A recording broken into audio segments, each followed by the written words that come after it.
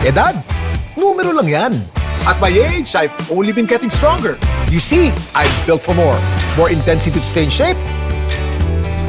More energy for new experiences. More endurance to reach greater heights. And more passion in doing what I love. These days, I live for more. Sante Barley. Mahalagang paalala, ang Santi Barley ay hindi gamot at hindi dapat gamitin panggamot sa anumang uri ng sakit. Kuya Kim, ano ba talaga?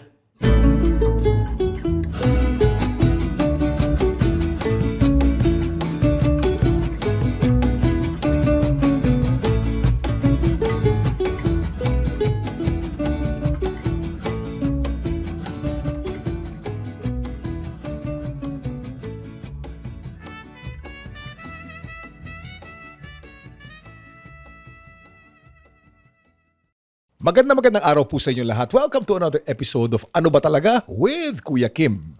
Dito sa podcast na to, we talk about anything under the sun. Kahit ano pwede natin pag-usapan dito. It's a good conversation between friends, pero dapat merong audience takeaway.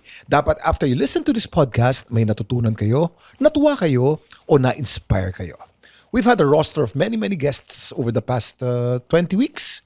And itong guest natin ngayon, this guy's really interesting. Ito po yung kaibigan ko magmula noong 1990s. Ngunit ngayon, kung ano ang itsura niya at anong energy niya noong 1990s, abay ganun pa rin sa ngayon.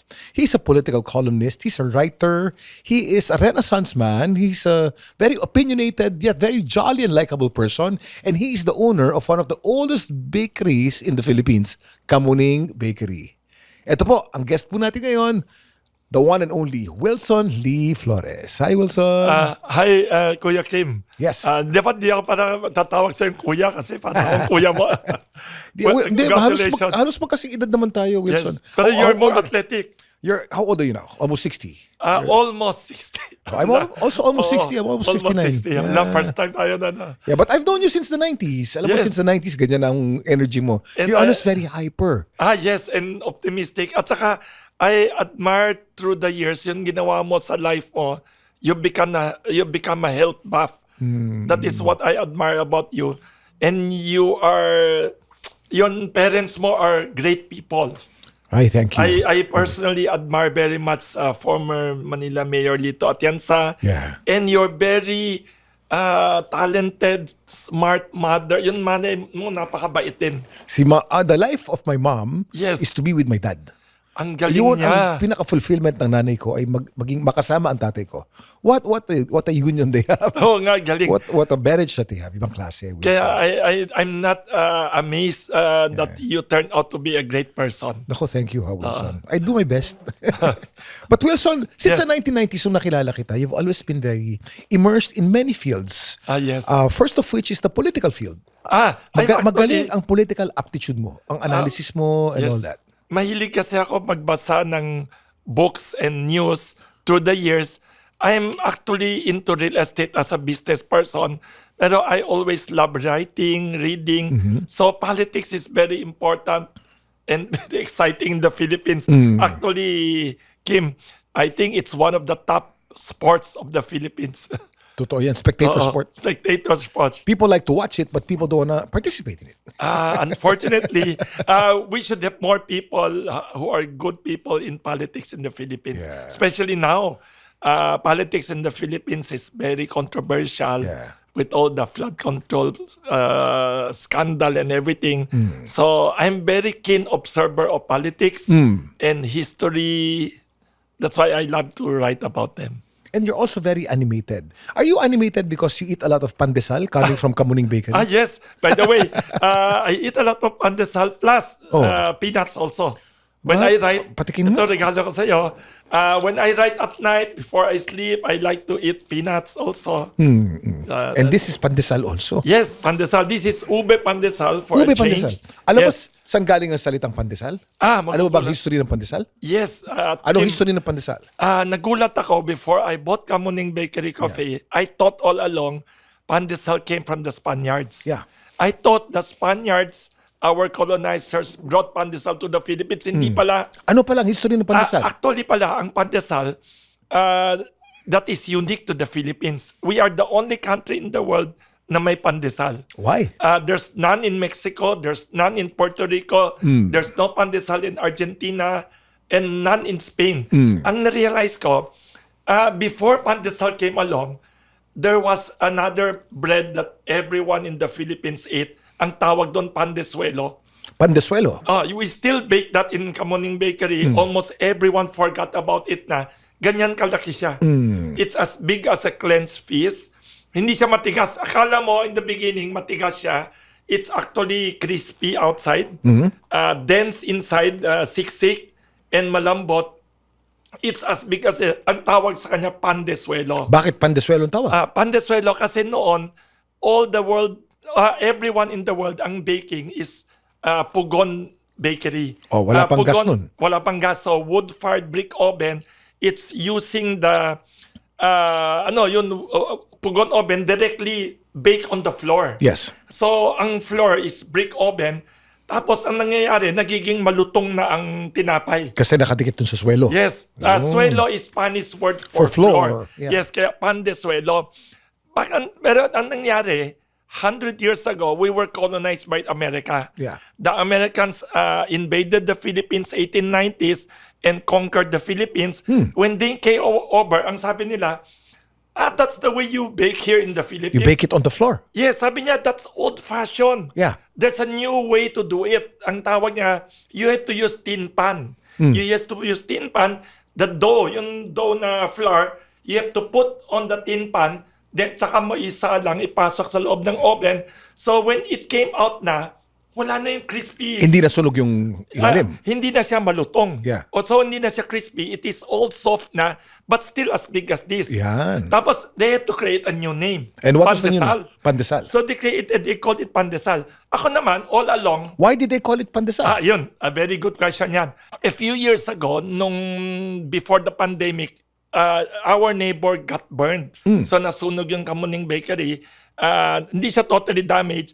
Na-discover ko nung na-damage siya, sabi sa akin ng mga tao, uy, sir, sayang yung Pugon oven. Alam mo, you have to recreate the entire oven again. Anong expensive dyan?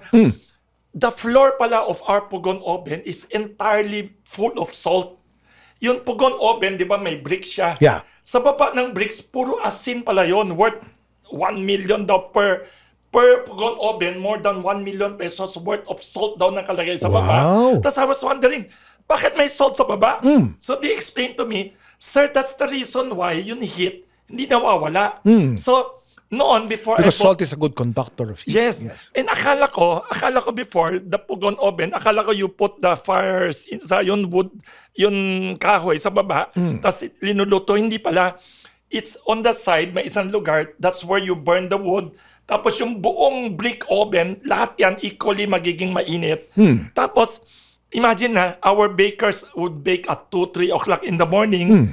Hanggang 9, 10 o'clock ng gabi, mainit pa yung buong oven. I was wondering, how come mainit-init ng oven, hindi nawawala yung heat? It's because of the salt layer. It's the salt. So, ang theory ko, I discovered, akala ko before, there is salt inside the pandesal. The bread, yeah. Akala ko kaya pandesal siya, bread of salt, because you put salt there. Tinanong ko yung mga bakers, uy, gaano kadaming asin nilalagay nyo dyan? So, wala lang nalagay na asin sa pandesal. Walang asin dito. Kaya pala, I discovered, my own theory lang, it's because it's baked on a brick oven na may floor of salt. So siguro tinawag na pandesal. Pero ang totoong pandesal, the true pandesal of the Philippines, cannot be sweet. Sabi sa akin ng old owners, kasi I just bought Kamuning Bakery from a very good family, the Javier family. Nung they turned over this old bakery to me, Wilson, wag mo palitan yung recipe namin ha. Sir, anong recipe nyo? Ang totoong pandesal daw hindi pwedeng matamis. Unfortunately, Kim, there are many bakeries all over the Philippines now. When you buy pandesal, matatamis. Hindi masama yon, pero it's not authentic, original pandesal. Pero it's not bad. The reason they do it, dahil sa hard times. Because economic uncertainty throughout the decades, gusto magtipid yung mga tao, no need for palaman pa, hindi ka nabibili ng palaman. people want to eat it na matamis na. Para hindi kailangan ng palaman. Yes, pero Ayun. pero ang totoong pandesal kailangan hindi daw matamis. Sabi ng old owner sa akin, si Mr. Ted Javier, the son of the founder, Wilson, yung kape mo matamis na. Dapat yung tinapay mo hindi matamis, sabi niya. Mas masarap daw. Yun. Paano yung panderegla? Ang galing mo Oh. That is one of the best sellers of all bakeries, including Kamuning Bakery Café. Ang tawag namin dyan, kalihim. Kalihim. Alam mo, that is one unique Filipino bread with a lot of funny, controversial names. Yeah. Alam mo, Habang nagkukwento ko, kakainin ko itong pandesal. yes. Alam mo, nakakatawa. Nung pumunta si Chris Aquino to interview me at Kamuning Bakery Cafe, nung sinabi ko, kalihim yan, siyempre Chris Aquino galing from a political family, naisip niya, secretary. Sabi ko, hindi yan secretary. It's called kalihim. Kasi may lihim. Tama. Yan ang trade secret of many small panaderias all over the country. Mga unsold bread, they recycle it, ginagawang parang pudding. Tapos isa pa, sabi ni Leni Robredo, when she was vice president, pumunta siya, nakita niya yung panderegla. Sabi niya, uy, childhood favorite daw niya. Ang tawag daw yan sa Naga in the Bicol region, maligaya. In some parts of southern Philippines, it is controversially called burikat. Burikat. Burikat is Visayan word for prostitute yata. Babaeng maluwag. Yes. Ang dami mo alam Bisaya ka ba? Ang galing mo Ang galing. Tapos in other areas, it's called lembong. In other areas of the Philippines, it's called floor wax, lipstick. It has all kinds of names. Very fascinating. Ang dami mo alam. Hindi, tinatanong nga kita Walking like encyclopedia talaga si Kim. Mas marami kang kinukwento sa akin, mas marami akong natututunan. Yes. Paano Thank you, naman ang Kim. history ng ensaymada? Magaling ka. Ang ensaymada naman is really from Spain. It's a bread from one part of Spain. Talagang doon galing yan ensaymada. Hindi lang sa Philippines yan, including Latin America and all the Spanish colonies of the world. It's parang a form, may tawag yun I forgot the exact Spanish word for it, pero it's from the Spanish word na talagang Spanish yan. Galing sa Spain.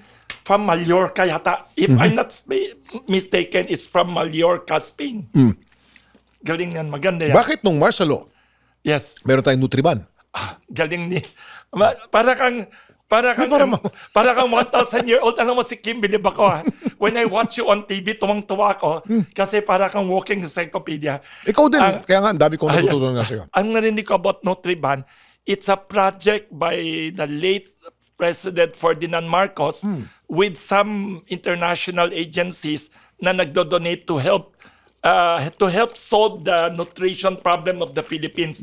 Many students, tragically, many public school students nationwide in the Philippines lack nutrition. I remember si late Senate President Ed Angara, whenever he goes to Kamuning Bakery, kinukomplain niya yan na for the decades and decades, we have a problem of nutrition na undernourished ang children. So to solve that problem of undernourishment, hindi lang walang makain, kulang ang sustansya for the kids. So they invented this Nutriban. Supposedly, this Nutriban is for public school students. Andun na, the bread is there. It's like pandesuelo, a different form na supposedly with nutrients inside. Vitamins. And then matigas konti daw, not given out for free in the public schools. No, natikman ko yan actually. Natikman mo Kasi although sa private school ako, How did you... I studied in a private school. Sa Don Bosco ako nag-aaral elementary. Paano mo nakuha? Ang bahay namin sa San Andres, malapit sa isang public school na kung tawagin ay Rafael Palma Elementary School. Yes. Pagka nagbibigay ng Nutriban, pagka Sabado, Pwede. nandun lahat ng kalaro ko nakapila. Yes. Nakikipila ko. Ang galing. At natikman ko yung Nutriban na yan. Parang matigas siya na pandesal. Matigas, very firm. Yes. Hindi siya pandesal. Anong taste? Maalat-alat ng kaunti. Yes. It's supposedly one person, one bread. One person, one bread. It's supposedly to help the nutrients of the children. At saka, it's actually a good project. Sayang din na sinostain. And I heard from many old bakery owners, it was farmed out through the different big bakeries in Metro Manila. Government project yan with international aid agency to support That's one thing we should do in the Philippines. Instead of wasting hundreds of billions of pesos on flood control projects that we cannot measure, we cannot see kasi it's under the ground. That is the whole point of a flood control project. Magaling ka. Para hindi natin makita. Magaling ka. Alam mo, inis nga ako before in Kamuning Bakery area, every time there's slight rain, there's already a flood immediately in the neighborhood. I've already seen 2 or 3 flood control projects in the neighborhood. Yung talagang mismong kanto ng dalawang kalsada ng Kamuning Bakery, they're digging up talaga repeatedly, hindi once, twice. Still flooded pa up to now. Bakit, Wilson, Yes. ang French bread ay iniipit sa kilikili ng mga Pranses? Yun hindi ko alam. Pero hindi totoo yung chismis ng mga tao that Filipino bakers use their sweat daw to it's not true. Kaya maalat daw ang tinapay natin dahil sa patak ng pawis ng mga Pilipino. Not true kasi I personally go to the bakery area and when I saw our Filipino bakers baking, walang ganyan. Promise. It's very hygienic. Walang ganyan. Pero I don't know the French kasi the Europeans supposedly do not take a bath too many times. Unlike we in the Philippines. Do you know ba, Kim? Yes, Wilson. When the Spaniards came to the Philippines, they were so scandalized. They were so angry nga. Bakit these Filipinos, they had to take a bath every day in the river daw. Tapos parang nagsascandalize sila. Kasi syempre, when you take a bath, you don't wear too many things. Of course, ang mga babae natin nakakamisyon lang. Yes, tapos sila. Ang tanong, bakit nila sinisilip? Dapat itong dilag-tignan. Yun nga. Tapos number 2, hindi sila sanay na everyday taking a bath. So I presume that the French people you mentioned na ganyan ginagawa nila, it's not very clean. Because the French believe during the time of the early, the medieval times, that when you take a bath, it takes away the life force. So therefore, they take a bath once a year. And that's why they invented French perfume. That's why they have all these perfumes. And then they have flowers to mask the bad smell because they don't take a bath. Imagine. Alam mo, akala ko I already knew everything. That is totally first time ko narinig yan. I read something about it. It's like the camera. 100, 200 years ago in the time of Jose Rizal, some people do not want to take pictures. They have a feeling that you're taking away their spirit. Taken away, yeah. Yes. And the camera is from the words camera obscura or the dark room. Wow. Diba? Because the first camera was actually as big as a room. Ang galing. As big as a room. Hanggang lumiit, nagkaroon ng daguerreotype camera. Tapos may parang the person taking. May parang. At nakita mo, Wilson, yung mga unang litrato na kinuha nung turn of the century. Yes. Nakasimangot sila lahat. Yes, welcome. Because they have to stand there for like 30 minutes. Wow, that's para why lang makuna ng isang picture. Ngawit na ngawit ng mukha nun. Pag nakangiti ka, napakahirap. That's why very rarely they smile. Very rarely they smile because they're tired. Diba? Galing. Talking about I remember I was invited by several very good painters. I know you love art eh. In-invite ako somewhere in UP, this group of painters plus students, they wanted to paint a portrait of me. Ang mistake ko, I did not go to the mirror first to take a look at my face if I was smiling or not. Akala ko I was smiling. So I did not look at the mirror. So the whole several hours, I thought I was smiling. Nangangawit na yung mukha ko. When the paintings all came on, naka-frown ako. I would like to see this painting. Maganda siguro yan. Who are the artists? Sino yung iba-iba eh. Yun isa si Grandier Belia. Magaling siya, magna cum laude UP, Fine Arts and a young teacher. artists. Young artists. Puro young artists sila. 20, 30 of them eh. Ay, alam ko na. I will invite you and them sa Kamuning Bakery to paint you. Sige. Kasi sikat ka eh. Sikat ka and art lover ka. I also love paintings. Yeah. Wala man tayong time machine, ang memories naman natin ang pinakamabilis na paraan para makabalik sa nakaraan. Alam niyo ba na ang memory ay galing sa Latin word na memor? Ibig sabihin ay to remember something that has passed. Diyan din galing ang salitang memorare o yung mga remembrances ng mga nakaraan natin. Mahalaga talaga ang pag-preserve ng memory. Kung gusto nyo ma-enhance ang memory nyo, ma-improve ang focus, mabawasan ang stress at maiwasan ang pagiging makakalimutin, try Memo Plus Gold. Trusted na ito for almost 20 years. Meron itong Bacopa Monnieri herb na proven safe and effective to enhance brain function. Clinically tested din ito sa CDRI ng India at BSI sa Australia.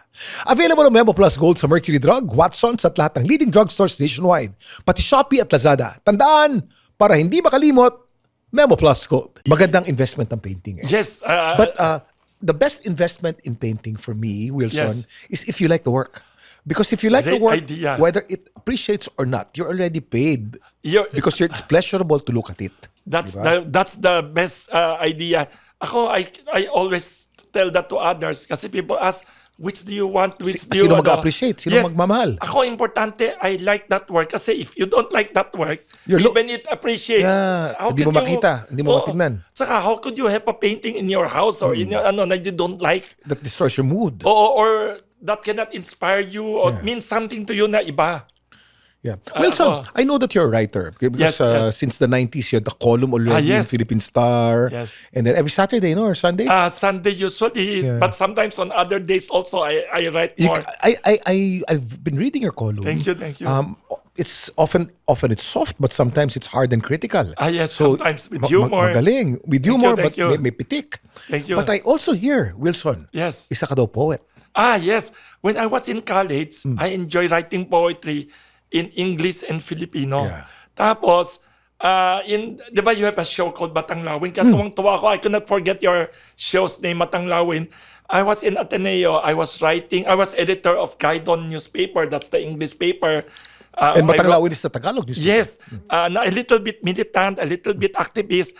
I regularly write poetry there. Ateneo ka pala. Yes, I wrote poetry there. Tapos recently, starting last year, the publisher of Abante Tonight, invited me to write opinion column there. So I was delighted. Sabi ko, sige, I will use poetry for opinion column. It's harder to do, pero it's intellectually and emotionally fulfilling. Very. Sample naman.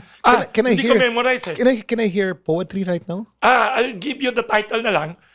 One title Teka I muna. wrote recently. Dahan-dahan, para ma-feel Yes, natin. yes. Oh, yan, Pero yan. hindi ko memorize ang poetry Sige ko. lang, Ang title isa, Katakot-takot ang kurakot. That's the latest that I wrote. Katakot-takot ang kurakot. That's the title of a poem.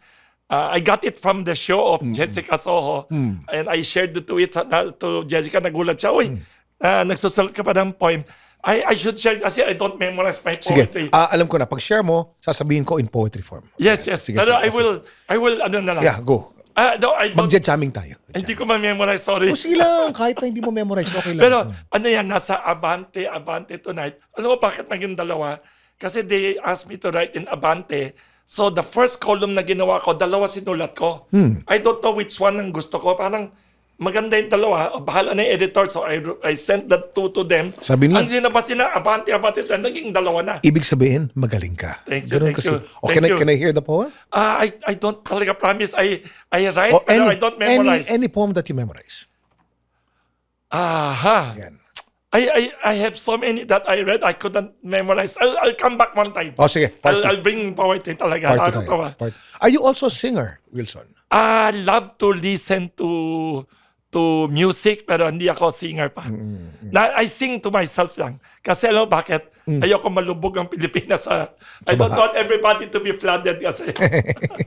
I'm not as great a singer but I admire singers. But you know, Wilson, since I met you, you've always been this positive, jolly person. Despite all the problems of the world and the country, I'm always an optimist. Why are you an optimist? Because there's no other alternative. Ang belief ko in life, at saka when I was a kid pa kasi, Kim, I experienced a lot of crisis that most people do not. Yeah. So I've learned to adjust to challenges in life with a positive outlook. When I was young kasi, my father died when I was 7. He was from a very well-off family, several generations wealthy. Then talagang totally upside down, naging lower middle class na kami. Naging, mother ko kasi was a teacher. So I've learned to adjust to challenges in life. Na I always believe na the future is good. It's up to us to claim our destiny of good future. At saka I always believe pa, there's always anything happens to you na negative or any crisis, there's always something positive going to come out of it. For example, yung Kamuning Bakery, nasunog siya. Yeah. Nung nasunog siya, mainis ang mga tao, you have so many losses that disrupt ang business. But because of that, there are new good things that happened. Everything like ako. When I was a kid, my father died. My mother was a teacher. Life was difficult. It made me realize and appreciate life better kasi I had to start from scratch. And I realized nothing comparable to the experience of earning every centavo that you own. Interesting yun. Yeah, yeah. Kasi other relatives So what you're namin- saying, Wilson, is wala kang minana. Everything that you own, you earned. Tapos my mother pa was always saving money, tutoring rich kids in our apartment that we had the rented one. Tapos nakasakit siya, nakastroke. Kaya I'm very curious about your stroke experience. Nakastroke ang mother ko once, twice, thrice. Tapos nakomatose siya 2.5 years. So in 2.5 years, ako and my sister, we had to use up her 20, 30 years of savings. Kasi teacher siya, nagtututor siya ng rich kids in our apartment and all these savings niya. Eh, hindi naman sa amin yun, savings niya, we use it for her medical care. Na-realize ko na you can lose everything, you can easily earn money, everything, do not lose hope. Basta as long as a person is alive, we should always be optimistic. And I'm not a very devout Christian, but my mother and me, we are Christians. But I believe it will turn out well pa rin. So luckily, we used up 2.5 years of her savings. And then almost negative na kami talaga, negative na. Tapos biglang she passed away. And then after less than a year, pumunta ako sa real estate selling and everything. Tama ako and my sister, if we did not use up all that money to give her the best medical care, we would regret it for the rest of our lives na we deprive our mother of the best medical care. Tapos naging parang easy na ang money afterwards. Kaya na-realize ko, money comes easily and goes out easily. Those are not the most important things in life. What is the most important thing in life? Family, faith in God, family, our health. All these simple, priceless things, na-realize ko.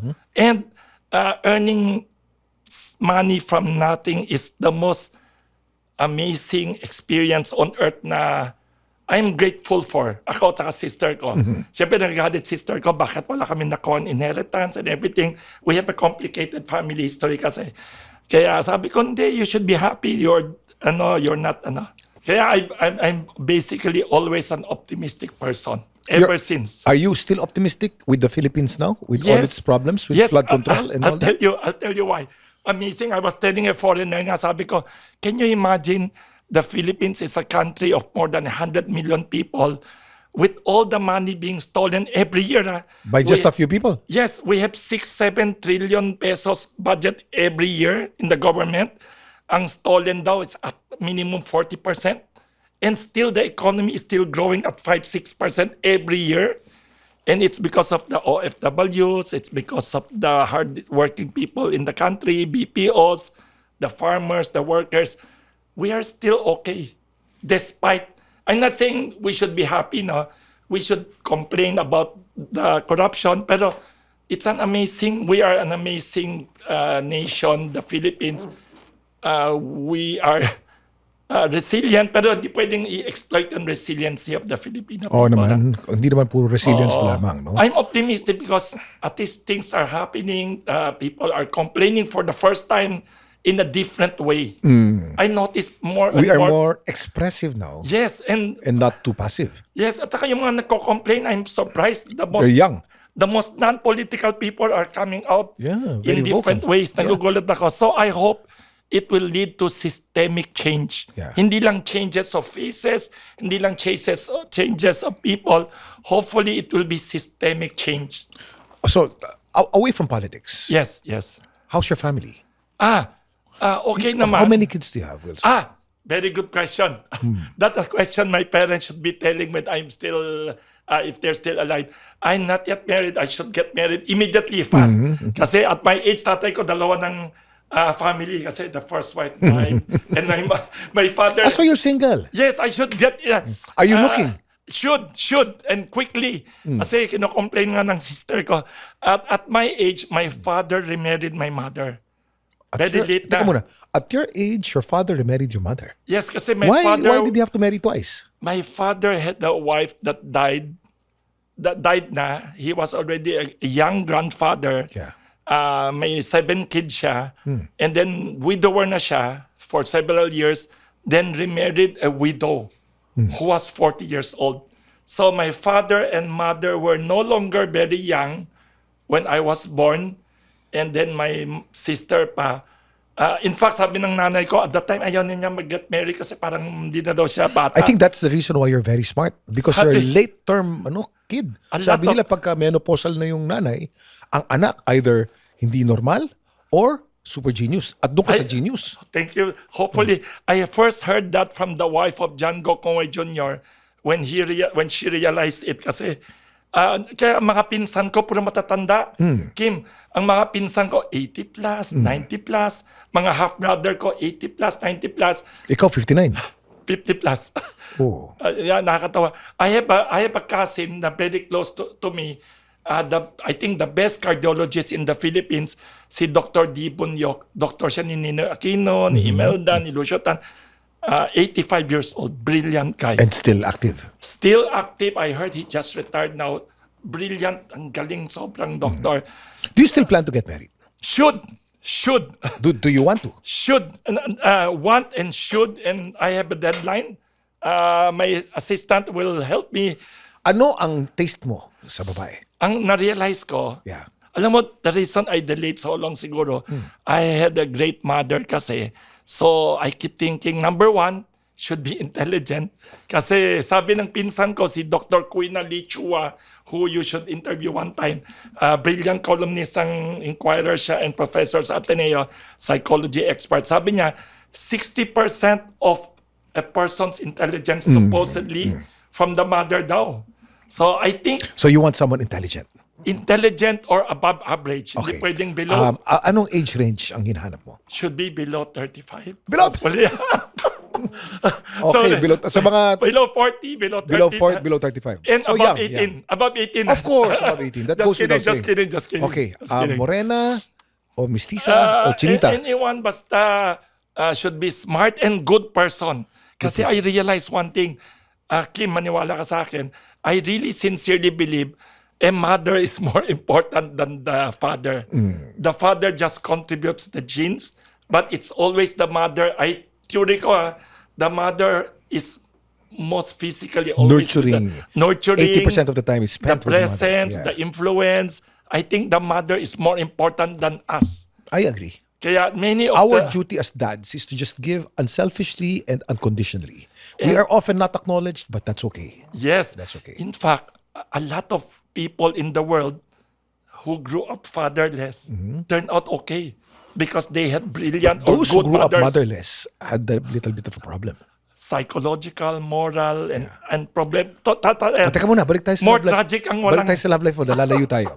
Okay, Very so good, not younger than, not older than 35, Hopefully. and very smart as your mommy. Okay. Anong height? Anong height? Nakakatawa nga. One time may pinakilala sa akin na isang friend na sabi niya, 5. Sabi ko, ay, wag naman 5'2". Pero ako, wala nang problema Ano, sa height. 5'2", 5'2". No, I'm just kidding kasi my mother is 5'2". Wala naman problema ako sa height. And the most important, Kailangan I ba think, Chinese? Because you're Chinese. Baka meron kang ganun. kasi most people, not necessarily, our family, we have people now who married non-Chinese. Pero kung we speak the same language would be an advantage. But not necessarily. Parang, it's like being a Christian. In the church, they said you cannot marry Thou shalt non-Christians. not yoke with unbelievers. Yes. Yeah. Parang ang belief ko, that is also one important thing. If you have The same culture. wife, The same values. hopefully is Christian. Yeah. Kasi sabi sa church, di ba, hindi pwede non-Christian. So, ideally, basta intelligent. And ang na-realize ko, should be pleasant. Sabi ni Mr. John Gokongwei Jr. to me, I could not forget.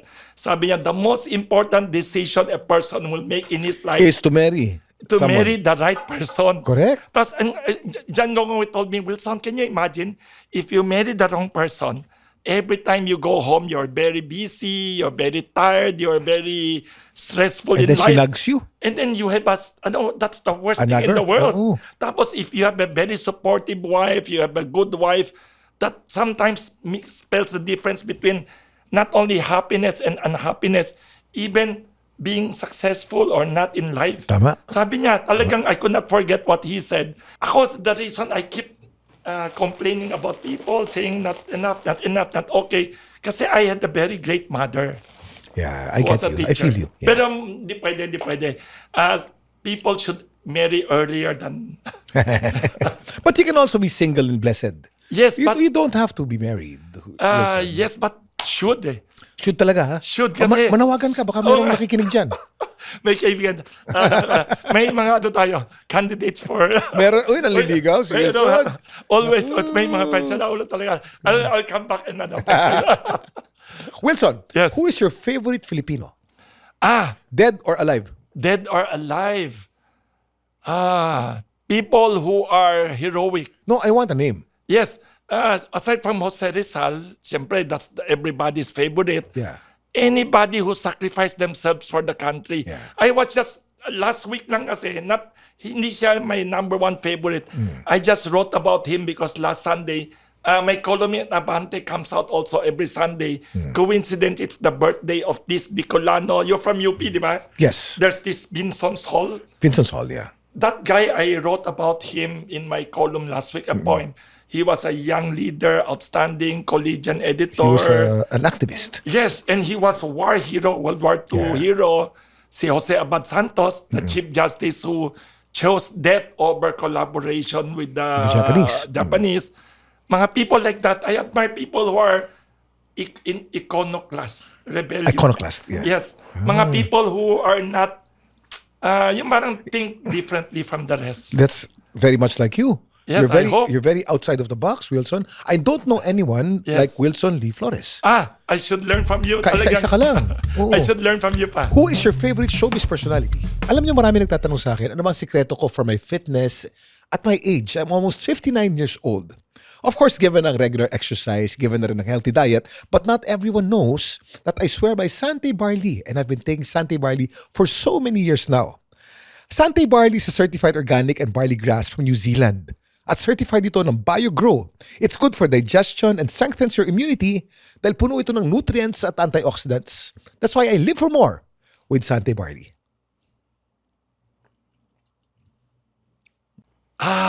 Many. There are so many that I know that are very brilliant. Anong generation?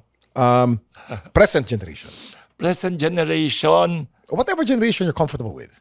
Among the younger ones that I think is very admirable, si Sarah Geronimo is very good role model for young Totoo yan. people. Totoo yan. Very accomplished. And parang siya yung Nora Honor of the Of present the modern times. generation. I agree. I totally And agree. Christian. Christian. She She's a told Christian. me Yeah. she's a Christian and She and very, Mateo Guidicelli is yes, both and very Christians, wholesome and very talented and humble. Coco Martin is also very humble and nagulat ako. I met him in the 50th anniversary of Vegas Sardines. Sabi niya napapanood daw niya, interview ko sa YouTube.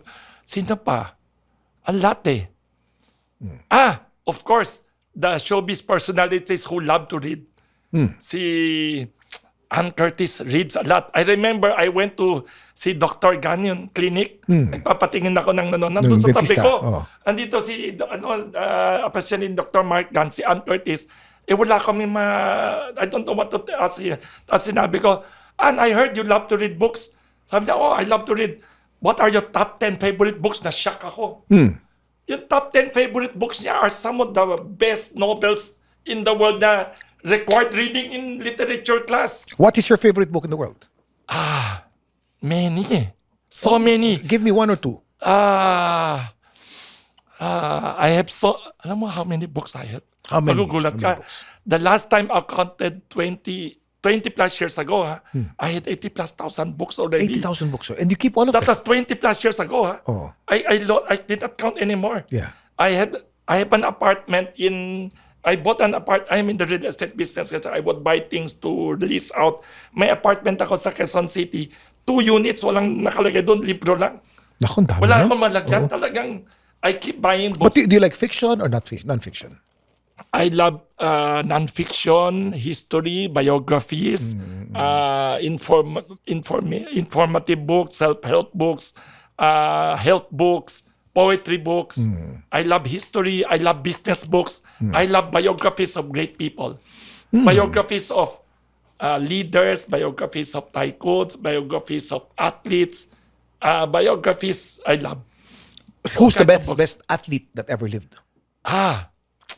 Siguro Jesse Owens, one of the greatest Jesse athletes Owens. in the world. Kasi can you imagine, 1930s, si Adolf Hitler was a racist against siya sa mga non-Aryan people. And the And then- Olympics in Germany was supposed to showcase the Aryan race, the Yes. white race. Yeah. And the best athlete niya, this Was German black. athlete, tinalo ng persecuted black minority guy, Yeah, Jesse Jesse Owens. Broke all the records. I think he was one of the greatest. And there's another Christian guy who was, Chariots of Fire. Ay, that guy, grabe, that Scottish guy, believe ako, he was not only a great athlete, he was a great Christian who did not want to run because break it was the Sabbath. Sabbath day. Yeah. Believe ako, and yet he And won. then he ran Yes. in an event that is not his strength, but he Yes. still won. And before he ran, somebody went to him and gave him a Bible verse. Hinawak niya yung Bible verse and he broke the record and won. And what's amazing pa about him, do you know what happened to him pa? What happened to him? He went to China pa to become a missionary. Oh my gosh. Can you imagine? Hindi na siya, he's not only a great athlete and a great Christian, he became a missionary pa and went to China to preach the gospel about Christianity. And during World War II, he helped the people there. So even though China became communist, socialist country, they still admire him as an honorary Chinese. Wow. They still admire him up to now. You speak with such zest about Christianity. Yes, I should. How is your relationship with Jesus Christ? You are a very good reminder kasi on the way here, I was watching all your mga interviews. Yeah. And the last interview that I watched about you, si Christian Bautista na Christian and his wife, di ba? Sabi ko, reminder for me to always be more punctual in going to church. My mother told me, I grew up in a Christian school. A lot of Chinese, Yes. local Chinese Yes. are Christian. Yeah. Many went to Christian schools like me. But people who went to Christian schools sometimes take it for granted. Yeah. So we have to be reminded that that is important. Yeah, it is important. Very Yes. important, yeah. Nakakatuwa ka naman kausap. Ikaw, marami kang alam na nakakatuwa. Hindi, ako naman, Wilson, Yes. I am that I would like to learn more. And when I talk to you, I learn so much more. I learned from you a lot. At saka, Pero ang balita ko, Wilson, Yes. maganda raw ang sense of humor mo. Meron ka yes, raw yes. mga joke. a lot of... Isa kang joke? I should think of some jokes. Pero I should think of some jokes. At the moment, hindi ako makaisip. Pero there are many eh.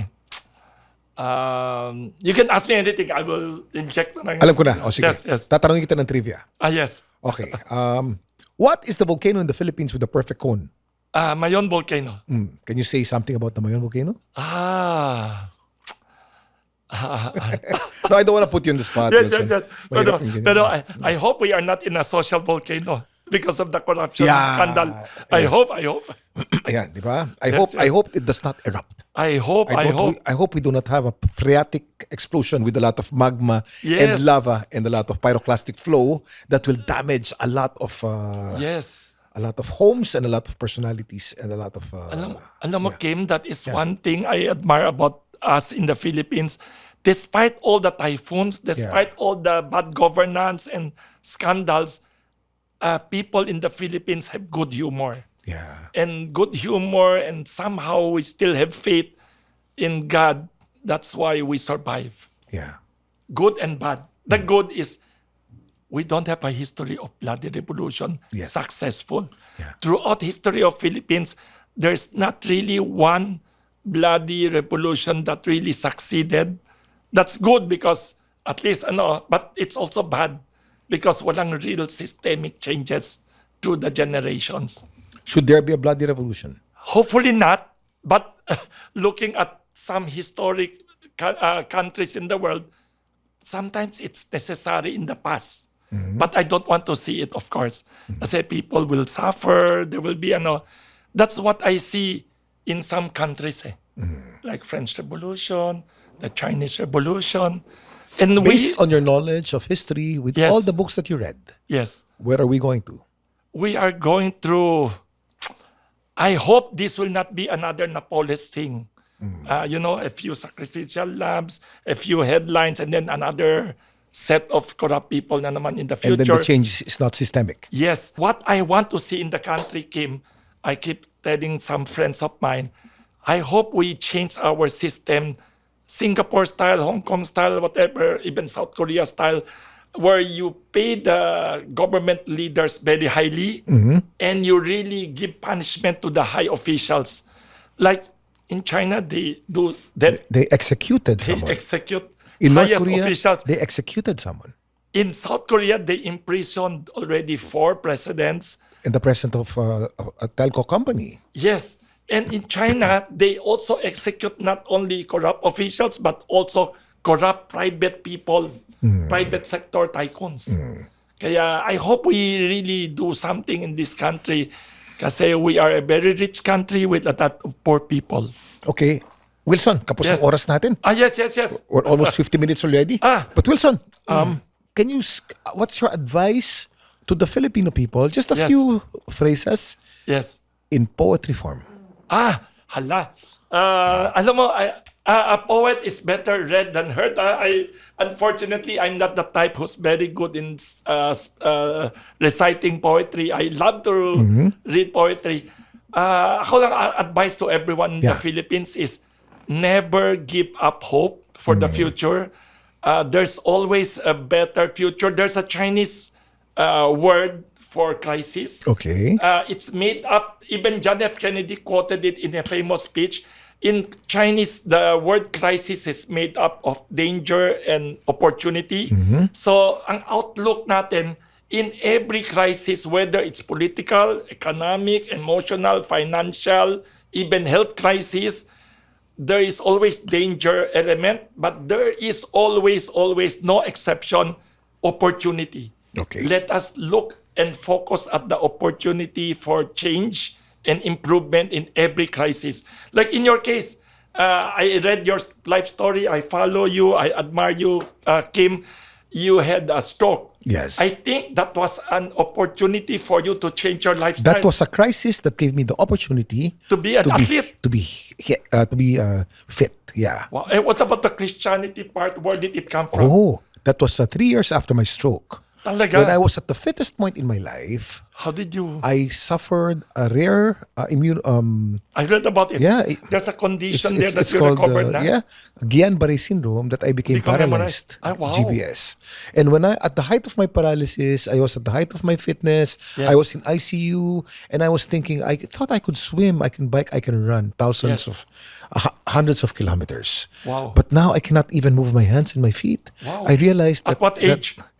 I was already 53. No, sorry. 2013. Wow. I was 46. Wow. So, what can I do? I cannot do anything. Then I realized Yes. that my life verse is, His grace is all I need. Wow. I can lose everything, But but you still with have His God. grace, with Jesus in my heart, that's all I need. And everything else is bonus. When I had that knowledge, I got peace. And what a miracle, because He healed me. And when I healed and I became strong again, I said, "You're all I need." And that's my life story, and that's my testimony. So that started your becoming more Christian. I became born again after Yes. my second sick. When I had my stroke, I Yes. became physically born again. Wow. From unhealthy, I became healthy. Wow. After my Guillain-Barré syndrome, I became spiritually born again. I realized that God is all I need, Galing. and His grace is sufficient for me. Galing, ha? That is, On that note, wow. on that note, maraming salamat. Thank you. Very inspiring. So you inspire me as well. You're a wealth of knowledge, and when I talk to you, I get excited because you're so animated, and I feel your passion in many things in life. And Yes. thank you for guesting. Thank you very much. What a pleasant conversation we had. Thank you for And I inviting. hope yung mga kasama natin dito sa ano ba talaga, Kuya Kim, sana you felt our pleasure speaking with each other, and I hope Wilson Lee Flores inspired you as well. So maraming salamat. Yan na naman ang isang episode you, na naman Kim. ng Ano Ba Talaga with Kuya Kim. If you like this podcast, please rate it. There are 5 stars up there. You can press the 5th star. Please follow and press the notification bell so you know whenever we upload new episodes. We normally upload Wednesdays in the afternoon. So maraming salamat, and God bless. Thank you, Wilson. Thank you. Ay, ito pala. Gift teka. ko sa'yo, ha? Uy, naku, Oo, mooncake. okay lang. Oo, Moon Festival. I'm sure you have a lot. Kasi you have a lot of friends. Thank you, thank This is the Moon Festival. from Kamuning Bakery. Yes. From another bakery. Another bakery. Pero ang galing nga yun. Naalala mo pala yun. Charge Out so Far. Totoong story yun. I remember the music was an Ang award-winning. ganda. Nanalo ng best music yan. Best musical score. Ang It was a ganda. piece by Vangelis. I like the music. Yes. Dalawang athletes had a very unique life.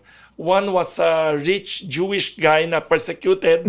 The other one was Christian. The two of them, ang galing. Galing. They both broke records despite Yes. all Yes. Okay, maraming salamat. Thank you, thank you. Thank you very much, guys. Na-extend tayo Thank ng you. konti, pero okay lang. Yes, yes. I'll see you again next week. God bless.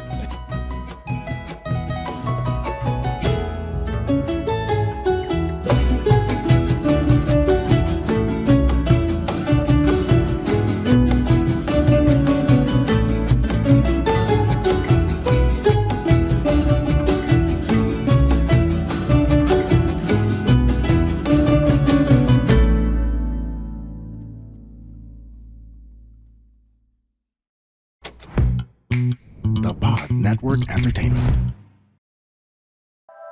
The opinions of podcast creators, hosts, and guests are not necessarily reflective of the official stance of the Pod Network Entertainment, its hosts, or other network programs. The content created by the people behind the podcast is personal and not meant to harm any religion, ethnicity, group, organization, company, or individual.